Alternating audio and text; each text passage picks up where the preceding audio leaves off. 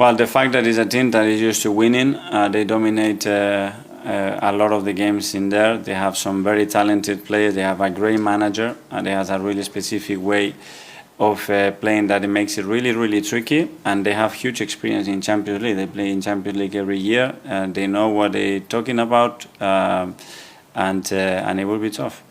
Jordan? Hi, Mikel. Hi. You said on the on the potential appeal against the Leavers card that there are other examples that were similar to it. Is that still the frustration that you can see similarities in decisions, but the actual outcomes is different? Regardless, my frustration is that we lost the game. That's it.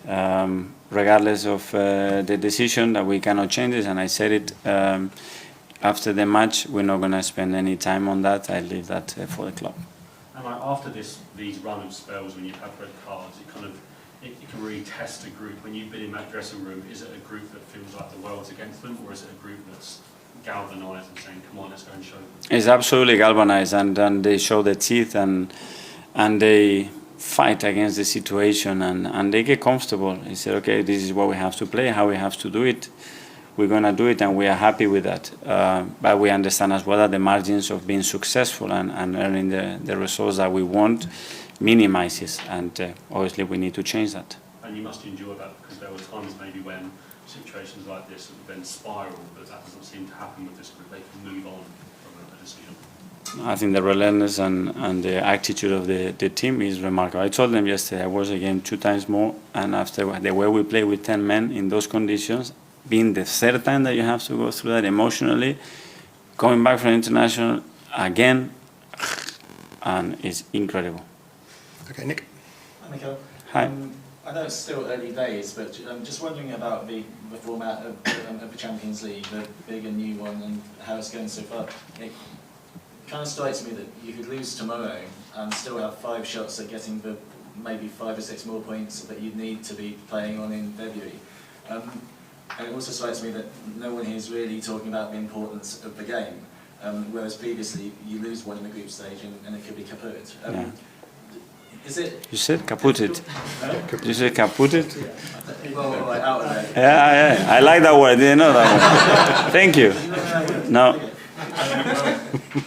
could be over or something. Does that mean does it feel like there's a bit more edge to you, or I'm sorry, less edge to you now in these games, or is the messaging different? No, when we look at the games that we have and how tough they are and the opponents we have to face, and the importance of winning at home, and tomorrow is a day that we really have to show, that determination, that quality, that in the Champions League the margins are so small, and we're going to have to be at our best, and we are fully focused only on that. So there's no different message to the players for you. And finally to Gary. I know John mentioned the red card, but actually at the start of last season, your record was 2nd best to City last year. When you addressed it in the past, how did you address it in that sense early on in your reign? Was it through videos or through messaging? Yeah. And would you do a similar? The most effective way, I have to be very honest, not talking about it. Because we tried and we showed and we talked and we repeated the magic we have to play with 11, and it happened again after a week or after 3 weeks, and they said, guys, let's try something else.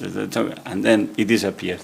So I don't know if it's the right way or not, but that's what it happened. That's the reality. Okay, guys. Yeah. Thanks very much. Thank you. Thank you. Oh, yeah, is it okay?